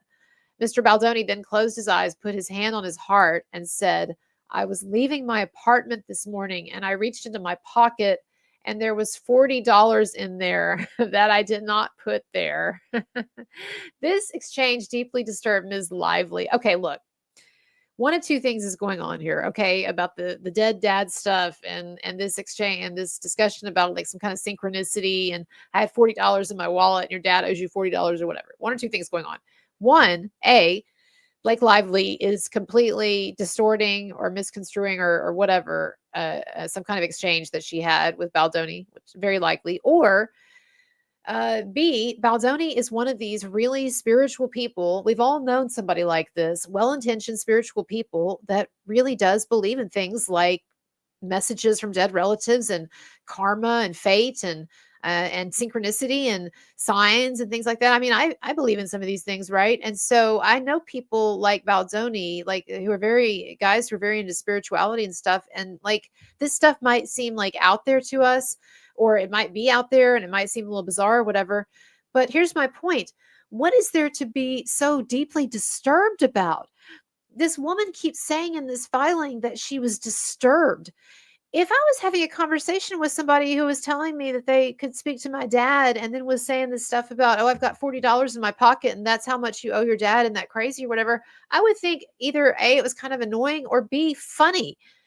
And I've talked to people before that are really into some of this paranormal, even like spirituality stuff or whatever. And it's like, never would I feel disturbed by this. What is wrong? If this was an actual exchange they had, what is wrong with this woman who seems determined to reframe every interaction, every genuine human interaction that this guy is attempting with this woman, attempts at real, genuine human connection, with like about honesty and about feelings of grief and spirituality and things like that, and reframe it as something toxic that made her uncomfortable. I think that what's going on here, at least in part, is that Blake Lively is such a emotionally hard woman. And by hard, I mean like it's obvious that she has this need to tear other people down, to belittle other people, to be cold and rude and all of these things, right? And aggressive and combative, even. We even saw that in some of our exchanges with Baldoni when they were dancing together and so forth, the way she was acting toward him. But I think that she is actually afraid of real, genuine human intimacy and emotional connection. And I think actually Baldoni was on to something when, remember in the dancing video, sorry to skip around so much, but I'm getting at something here actually. Do you remember in the dancing video when Baldoni mentioned, and by the way, he was trying to bring up his wife and their spouses, as he often seems to do in their communications with each other, which is not normally what you do if you're trying to flirt with somebody or sexually harass them. But remember that Baldoni mentioned to Blake in this video that we saw that he and his wife had done this, I guess you could say, partnership bond building exercise where they would stare at each other for a long period of time. It was like 5 minutes or 10 minutes or whatever. And they would stare at each other, he and his wife, for a long period of time. And remember what and remember how when he said this, Blake kind of got this like, oh, like belittling, like, and kind of sort of creeped out look on her face. And she was like this. And he said, I think he would find it absolutely terrifying. And she sort of laughs or looks at him like, whatever, like, yeah. I think that actually tells us something about both of them there. Here he is relaying Baldoni. And I'm talking about the video that we saw. I'm not talking about the complaint here, but I'm talking about the video that we saw. Baldoni was actually relating a deeply genuine spiritual experience that he had with his wife that most people would find unconventional, or maybe even would make them a little uncomfortable, sitting there and staring at your significant other for 10 minutes, not saying a word or whatever, right? And yet Baldoni means it in a completely genuine and healthy spiritual way. But Lively takes it as a weird, creepy thing. And Baldoni says, and even acknowledges that, and says, I think you would find this terrifying. Lively is terrified by this, by genuine human interaction, communication, and by a man who is an unconventionally masculine guy, in the sense that he's not this tough guy and he's not this asshole. He's not this Ryan Reynolds type in terms of like needing to constantly throw around these quips, these edgy quips, and stuff like that, right? And I just wonder if Blake Lively, if she was also made uncomfortable by the genuineness of Justin Baldoni, because she just couldn't relate to it, because she herself is such a hard person. I think she's terrified by genuine, vulnerable human communication. Okay, I'm rambling a lot there. Sorry. But I think I saw someone drop a comment. Or did I miss it?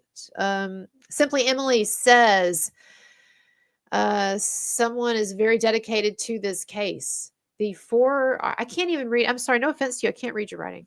I don't know. Are you insulting me or complimenting me? That's all I need to know. What's up? No, but I thank you for that. And I thank you for the super chat, whatever's being said there. What's up?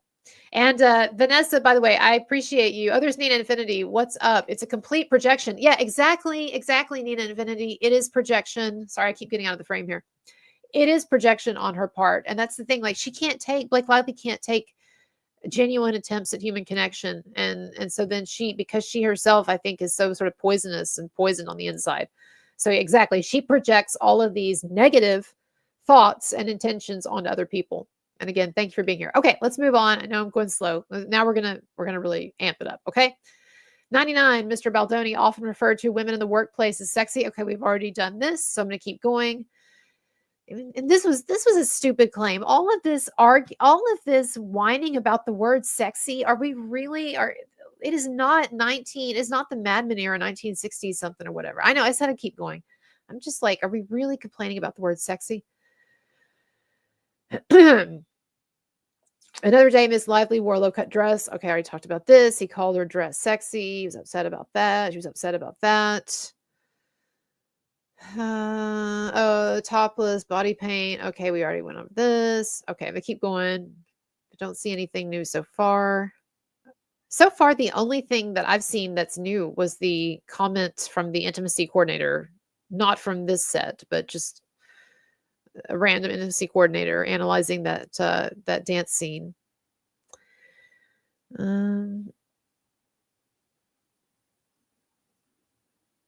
Keep your hormones to yourselves. I think that's we've heard that before too, right? That same day, okay, 117. I think this is a repeat. That same day on May 24th, 2023, Ms. Lively confided in another woman who was a mutual friend of Mr. Baldoni and Mr. Heath. Again, this is Blake Lively reporting to us, not with an actual text screenshot, just with her own memory, I guess, or we're supposed to believe this is what the text says. I was going to invite you to set tomorrow. These people, whoa. Ms. Lively continued in response to a message from the woman by stating, of course, she's not going to tell us, I guess, what the woman's message was. It's like HR nuts today, the both of them. I wasn't expecting that turn. I mean, it's been present, but today I came home and cried. Further in the exchange, Ms. Lively describes Mr. Baldoni and Mr. Heath as creeps. Like, keep your hormones to yourselves. This is not mine. I don't want it. I don't want your gaze or words or tongue or videos of your naked wife. Yeah, it's shocking. Clowns. She's acting like Baldoni and these guys were trying to push all this stuff on her. But again, when I watched that video of them, I saw him. He was the one who yelled cut. And he was the one who turned it off just like that. It was like, I think we've gotten enough. Again, I don't know. Okay, keep going. We've already heard. Oh, we finally get a text here. Wow. Okay, keep going. This is all stuff that we've already seen. Ms. Lively and the female cast member discussed various examples of their uncomfortable. Now this is when I guess they've complained to Sony, uncomfortable and inappropriate interactions with Mr. Baldoni. Her concerns were not just with Mr. Baldoni's behavior, but the way that Mr. Baldoni behaved. Hold on, sorry, let's turn this a little bit. The way that Mr. Baldoni behaved after being confronted with his line-crossing behavior, quote, he keeps referencing it or disconnects entirely. What does he do? He references, he talks about it, or he doesn't talk about it, or gets snippy and impatient as director. He was so huffy. Okay, keep going. The thing is, we know this is not that you were intimidated by him because he ended up in the basement, stuck in the basement because of you. I just, again, like, who really has the power in these things? Okay. Okay, here we go. Here's something new. All right, you ready? Everybody wake up. Wake up. Here we go. Here we go. All right, here we go. So January 31st, in their January 31st, 2025 amended complaint, defendants admit that Ms. All right, sorry, I'm going to stop moving around too. Let's just stop here. Okay, something new. In their January 31st, 2025 amended complaint, defendants admit that Ms. Lively raised concerns directly with Mr. Baldoni and Mr. Heath as early as May 2023. Their narrative about this complaint is telling. According to defendants, Mr. Baldoni was immediately suspicious of Ms. Lively's concerns, and although defendants cannot point to a shred of contemporaneous evidence backing this up, defendants now insist that they were informed by Sony that any complaints were not sexual in nature and that Mr. Baldoni sensed that Lively was intentionally manipulating the facts. Mr. Baldoni admits that the way he addressed this was to create an acknowledgement note for someone else to pass on to Ms. Lively, which Ms. Lively found entirely unsatisfactory. Defendants concede that Ms. Lively requested a meeting the next day on June 1st, 2023, yet instead of following Mr. Baldoni's own advice to be confident enough to listen to the women in your life, there they go quoting his book, to quote, hear their ideas and their solutions and to actually believe them, even if what they're saying is against. Defendants then mock Ms. Lively by saying she raised a series of grievances that she appeared to have spent the past 5 days overanalyzing and scrutinized every minor infraction and perceived slight. Okay, what are you getting at here? In sum, defendants have conceded that Ms. Lively raised concerns about their behavior, both to Sony and to them directly, but their response is to retroactively rebrand these concerns as non-sexual and criticize Ms. Lively for overanalyzing perceived slights. I don't know, y'all. I mean, I'm sorry. It's late. It's 1 a.m. here. I don't even really know what the fuck I just read. I have to be honest with you. But it feels to me like a whole lot of nothing. I don't know. Anybody in the chat want to weigh in here? I kind of got a little lost in that just because it's late. I'm tired. Been waiting for this. Is what they knew was going to happen too. This is why they produced this thing so late. They knew they were going to wear me out. They knew they were going to wear out the content creators. Oh man, it's only 11 p.m. in LA. LOL. Well, aren't you lucky? This is academic speak. I know I should be able to break the code here. No. So like anyway, what they're trying to get at here again is that they're trying to say is that look, to some degree you concede, your side, the opposing side concedes that Lively was complaining about some of this sexually inappropriate or harassing behavior or whatever for a while. So the thing is, I don't even think this is important, even if it's not a misrepresentation of timelines or it is or what, like, yeah, we know that this woman for a long time, that this woman was offended by Baldoni on various levels and that she was trying to turn people against him and was trying to undermine him and was trying to perhaps trying to get him kicked off of the movie and give up future rights to future film. Like, we know all this already. So like, is it any surprise to me that she would have been complaining for a while about stuff? So I don't know. I don't even, again, maybe it's late and I'm tired. And maybe at this point I'm kind of missing the point here, but none of this feels important to me. So this is a new thing though, or an addendum. So I'm pointing it out to you and have more to say later. 133. By these and other behaviors, Mr. Baldoni, Mr. Heath, and Wayfarer engaged in harassing conduct and failed their obligations to investigate complaints of workplace harassment, prevent inappropriate and harassing behaviors on set, and provide avenues for cast and crew members to safely raise concerns to neutral parties so that they can be investigated and appropriately addressed. All right. Continuing on. I think, okay, this is, they're talking about the outside review now or whatever, or I keep going. Okay. We've seen this before then. Uh, uh, okay, what is this about? 138. Wayfarer's belated launch of an investigation in 2025. Okay, wait, is this saying that something was just recently done here? Okay, let's go back here. They are claiming something now. It looks like something new or something's recently happened. 135. Actually, let's take a break for a minute. I probably shouldn't do this when I've got 2,200, 2,100 people right now on this. It's like, thank you so much for being here. It's breaking some kind of a record for me, but I do need a little bit of a break. And so, I do have a bladder. I could be like that astronaut remember that story like 10 years ago or whatever, 15 years ago, of that crazy astronaut who was in this love triangle with other astronauts, and she decided she was going to travel across country to go confront her ex-lover and his new astronaut lover, like at the airport, right?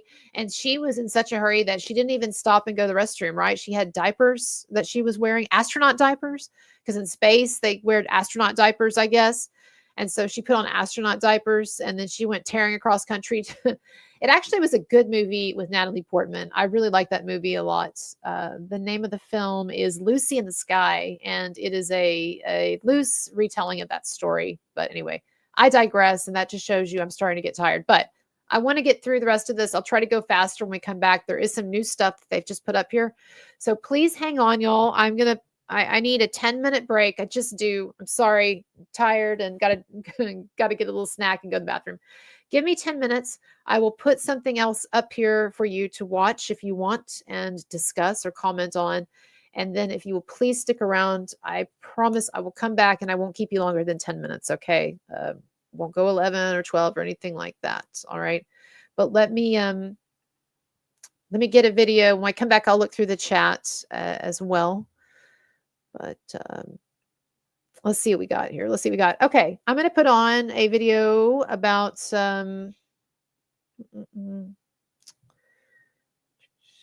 okay, you might find this interesting. So it's 8 minutes. It's an 8-minute, 41-second video. So by the time the video is done, I will be back, everybody. And so I'm going to take a break. I'm coming back less than 10 minutes.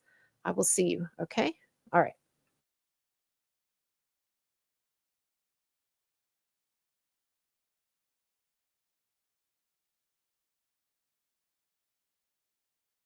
All right, y'all. I'm back.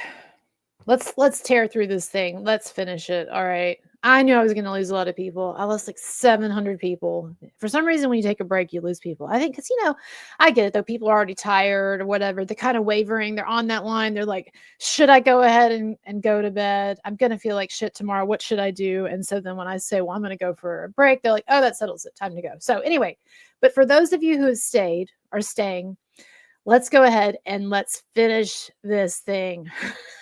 Finish it for God's sake. Okay, here we go. I'm going to try to go through it a lot faster. But let's see what they're alleging here. This is something new. Okay, so let's see what's going on. Ms. Lively's counsel engaged in an introductory call with Wayfarer's outside investigation counsel and another investigator on February 12th, 2025. Okay, y'all. So this just happened like several days ago. Okay. So let's see what's going on here. See letter from Miss Lively's counsel to investigation counsel. February. Okay, we might have to look at this right now. February 14th, 2025, attached hereto as example E. Okay, let's look at this letter actually. So, I'm going to come back to this. Just remember we're at 135, it's page 47, 135. But I'm going to go check. We're going to go check this out now. Letter from Miss Lively's counsel, example E. Okay, so here we go. Letter to investigation counsel. So let's look at this letter. So this is new, y'all. Everybody, perk up or wake up or whatever, and let's look at this. So. And I haven't read this before. I'm reading this for the first time. So this is from Blake Lively, and it's regarding Wayfarer. So, dear Miss Katanich and Ms. Adam, On behalf of our client, Blake Lively, I write to respond to your letter of January 31st, 2025, and to follow up on our conversation of February 12th, 2025. Oh, I'm sorry, that's not very big. Let me make it bigger so y'all can see. Apologies. In your letter, you state that Wayfarer Studios has retained your firm to conduct a neutral third-party investigation of Blake Lively's complaint for sexual harassment, retaliation, failure to investigate, prevent, and or remedy harassment, and aiding and abetting harassment. You asked to interview Ms. Lively to fulfill Wayfarer's legal mandate to investigate. Okay, so what they're getting in writing here is apparently that just several weeks ago, Wayfarer retained an outside investigator to whom this letter is being addressed, retained this outside investigation firm to conduct this third-party review of Blake Lively's claims. So basically what's happened here is that apparently since Blake Lively filed her complaints and since Justin Baldoni filed his response and whatever, then Wayfarer initiated the hiring of a third-party firm to investigate the situation, basically. Okay. With respect, we find this years too late request baffling and must decline it. In other words, so this is Blake Lively's team, and they are declining. Oh, okay, I see what's going on here. They are declining to participate in this third-party investigation of Blake Lively's claims. Oh, well, isn't that interesting? Am I reading this right, y'all? Is that what's going on here, basically, or what this is showing us? And of course, they're coming up with reasons for it, right? They're coming up with reasons, and yes, this is 2025, so this just happened. They're coming up with reasons for it. They're saying that it's too late, et cetera, et cetera. Okay. As you note in your letter and confirmed on our call, employers have a legal mandate to investigate complaints. However, the law mandates not just any investigation, and I'm going to the last sentence now, any investigation, but one that is prompt, thorough, and effective. Wayfarer's proposed investigation is clearly none of these. Okay, so I'm not going to read this whole letter now, but I see what's going on here, which is that basically Wayfarer initiated just recently, wanted to initiate an outside investigation, and Blake Lively is declining. Her team is declining. So they're coming up with excuses or reasons for it. But, again, it's like, if you're in the right, you got nothing to hide. Wouldn't you welcome an outside investigation team investigating your claims? I mean, you say that you've been sexually harassed, Ms. Lively. and so anyway, they're trying, apparently what's going on here is they're trying to play it off with these saying it's too late, too little, too late, or whatever. But okay. All right, so now that we know what the letter is, we're going to go back to 135. I don't know why I'm scrolling. That's stupid. Okay, here we go. It's late. What can I say? So I'm going to try to go through this fast. So 136, the investigators confirmed. Wait a minute. The investigators acknowledged that Wayfarer had a legal mandate to conduct an investigation and confirmed that Wayfarer had not previously conducted any such investigation. The investigators confirmed that Wayfarer controlled the investigation budget and the documents and information that the investigators would receive. The investigation would be attorney-client privileged, and that as the holder of the attorney-client privilege, Wayfarer would have the right to all of the investigators' interview notes, memoranda, determinations, and conclusions, which Wayfarer could keep secret if it chose to do so. Okay, so I see what's going on here. Basically, they're explaining the reasons why they took issue, Blake Lively's team took issue with this seeming attempt by Wayfarer to initiate an investigation. And basically, because they're saying that it looks like they're claiming that Wayfarer would have too much control over the process or whatever. But again, none of this is going to, I think the central claims are the central issues here. So I don't see like a great significance to this. I don't know, maybe in the chat, some of you have an opinion on this, but anyways, keep going. All right.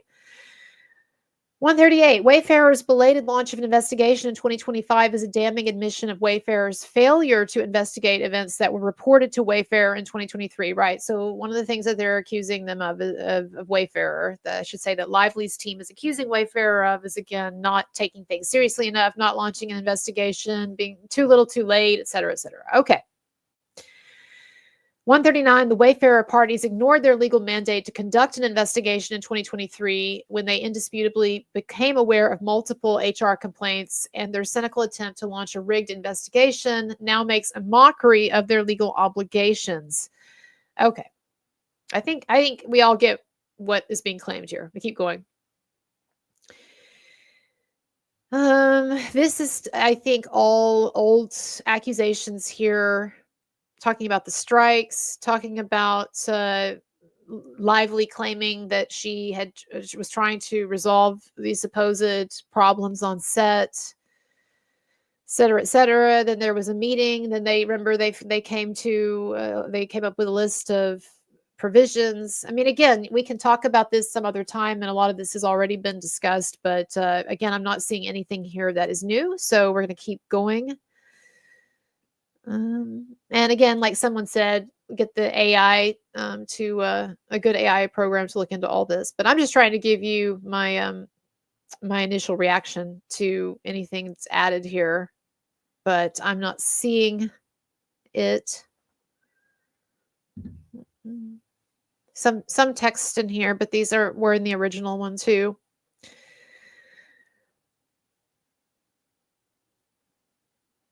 Yeah, this is all old stuff as well. They're talking about the marketing plan, and that they believe that Baldoni was manipulative in the way he followed a different plan, et cetera, et cetera.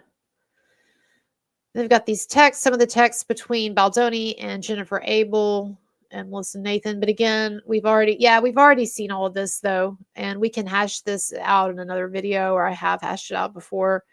But I'm looking through, I'm skimming through this. I'm looking at some of the text and some of the conversations, and again, looks to me like the same stuff. I'm sorry if it's making y'all dizzy here.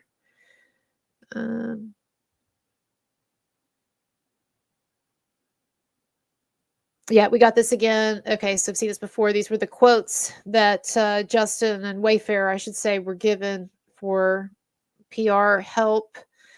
Talk about Jed Wallace a little in here, et cetera, et cetera. Again, looking for anything new. Because I remember I was just also, when we took a break there, I was quickly skimming through the original. So I'm able to go through this faster because I've refreshed my memory on that. By the way, we've talked about him a lot. If you haven't seen a picture, that is Steve Sarowitz. That is the Darth Vader behind Justin Baldoni.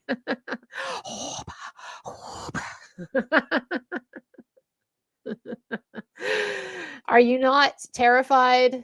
Isn't it terrifying? Ladies, are you terrified?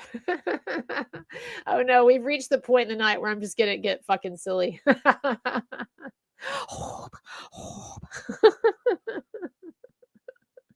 There, he is tall though, isn't he? Someone mentioned the height. Yeah, Sarwitz is he's a tall guy. Okay, all right. I'm gonna stop being stupid here. Keep going.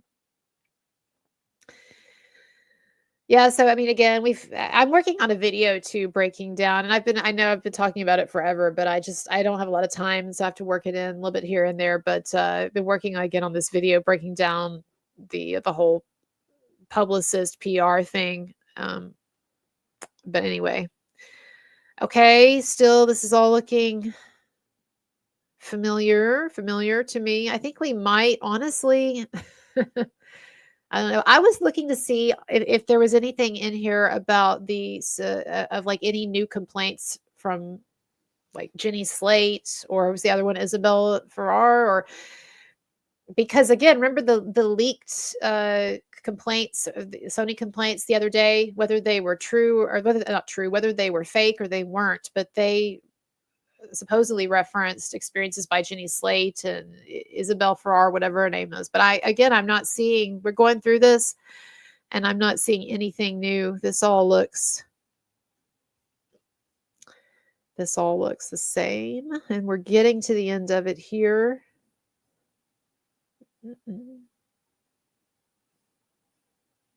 Yeah. So, here's some showing positive and negative mentions of Blake Lively, etc. So, but again, we've already seen all of this. Not just not compelling to me. All right, is that it basically? I think y'all, I think that that was it basically. So look, it could be I'm about to about to be finished here. Yeah. So look, that took a lot less time actually than I thought there toward the end because I could see here that it was just then a retread of basically what we had already had. So it is possible here. Let me make myself larger.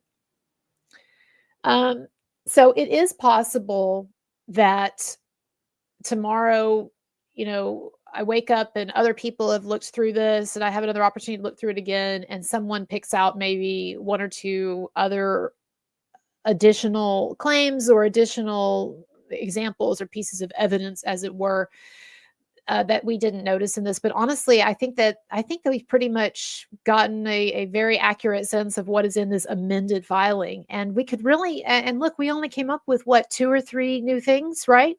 There was the extensive big paragraph about Mia Schachter, that random intimacy coordinator who was quoted in the Hollywood Reporter, her assessment of that video. There was that.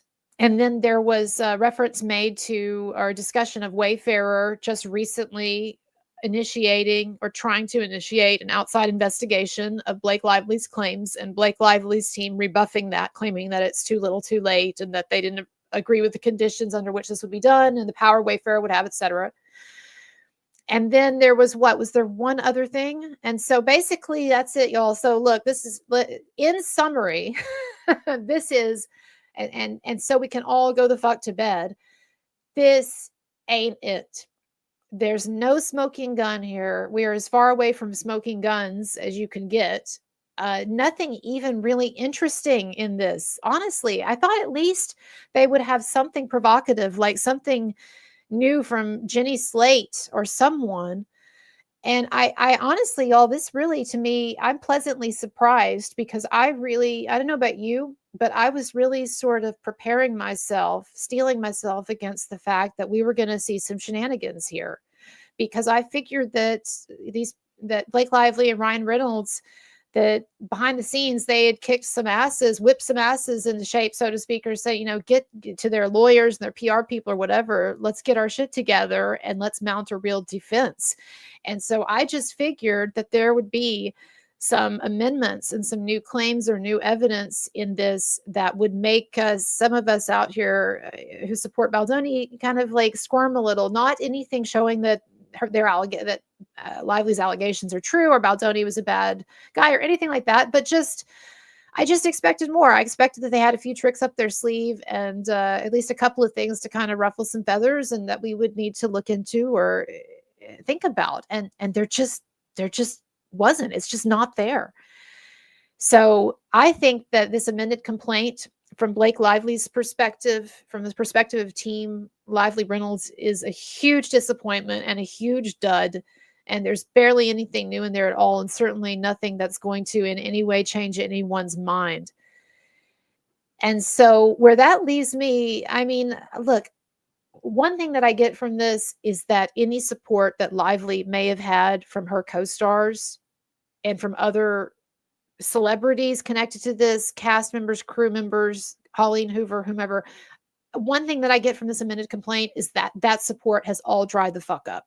It has completely dried up. It is a desert. When we talk about support that still remains for Blake Lively and her narrative among It Ends With Us cast and crew members, or what, like, it is dried the fuck up. And I know this because they weren't able to, Team Lively Reynolds was not able to pull a new witness out of their hat, or a new witness statement out of their hat, or a new example of someone having one of these weird toxic encounters with Justin Baldoni or Jamie Heath on set.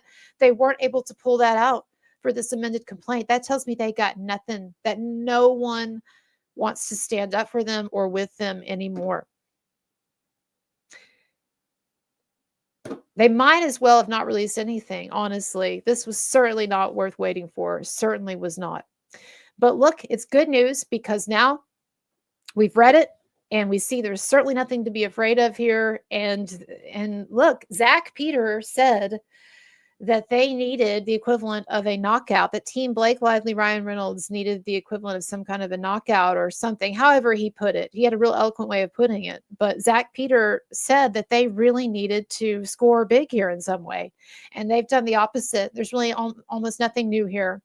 They've scored no points with this. So I don't know where they go from here. It's really, again, it's going to be interesting to see, because it doesn't seem like Justin Baldoni's side is amenable to settling at this point. You know, most of you saw that interview that Brian Friedman did, a couple of days ago or so, in which they raised the question of settling with him. Would you settle? Would Justin Baldoni settle? And he said, well, it is now out there in the public realm that Justin Baldoni is a sexual predator. This is the label now that he has been given. This is the stigma, the scarlet letter, so to speak, that he has been given. And that is not going to just magically go away. And so basically what Brian Friedman said is that as long as that is out there hanging over Justin Baldoni, they are not going to feel comfortable settling. Well, what that means is that, to translate that for you, that means that they are not going to settle with Blake Lively and Ryan Reynolds unless some kind of an apology and a correction and restitution is provided. Because if they don't want to settle because Justin Baldoni has this unfair label hanging over him and these unfair accusations, well, what could be done to make those go away? Well, someone has to apologize. Blake Lively would have to in some way apologize and set the record straight and provide a statement favorable to Baldoni to clean up this misperception, this misconception that she's created and put out there. And some kind of, I would think, restitution, significant in the form of financial restitution, needs to be made. So this is my point. The only way that this thing gets settled that I see, especially given now that we have seen what Team Lively Reynolds has, and we've seen how woefully inadequate it is and non-game changing it is. The only way that I see that Blake Lively and Ryan Reynolds get out of this is through something that they will find, through actions that they will find to be, I think, extremely painful in terms of apologies and painful statements that they'll have to issue or make, maybe a lot of money, and I don't see that they're willing to do that. I think they're too proud. They're too proud and they're in too deep with their own bullshit. So maybe this thing does go to trial. Maybe it does. I mean, it just seems to me, y'all, so amazing that Team Ryan Reynolds, Blake Lively would be this stupid to think that it's good for them to put themselves through what Amber Heard just put herself through. But maybe they are that delusional, or maybe they have been kissed up to and fed so much bullshit, so much sycophantic bullshit by WME and Ari Emanuel and these types of people that they don't have a clear understanding or estimate of this situation and of the terrible position that they are in. But someone who cares about Blake Lively and Ryan Reynolds needs to sit down and needs to have an honest heart-to-heart with them and tell them what the fuck time it is and that they ain't got no case, because of what we've seen in this amended filing is their best shot. That ain't it. It ain't it. I do appreciate you all for joining me. This is one of the biggest audiences I've ever had. It's probably the biggest. I think the only time I had an audience even approaching this, I had 1,200 one time when I did the 24-hour live stream. If you're new to my channel, I used to do 24-hour live streams. Isn't that funny? Can't do it these days because my job, it's a very physical job and it wipes me out. But maybe one day I will again. But and I had some of these same mods. I mean, AJ and Vanessa and Rebel Bird and Laura B, and they would take turns and shifts during the 24 hours. So cool of them. But yeah, anyway, but this breaks a record for me. We got 1,526 people watching right now. At one point we had 2,300. And so I really appreciate y'all. And I hope that you will, if you are new to my stuff, that you will check out more of my content. I'm building a playlist of videos that I put out daily on Blake Lively and Justin Baldoni's stuff. I have covered extensively and will continue to cover the Marilyn Manson saga. Candace Owens mentioned it today. Yay! Thank you so much, Candace. She is one of the few mainstream, and I know she's not considered mainstream media, but she's one of the few really big media people and talking heads that have talked a bit about the Marilyn Manson hoax And I saw that she mentioned it today in a tweet. And so I appreciate that. And yes, I'll continue to cover that.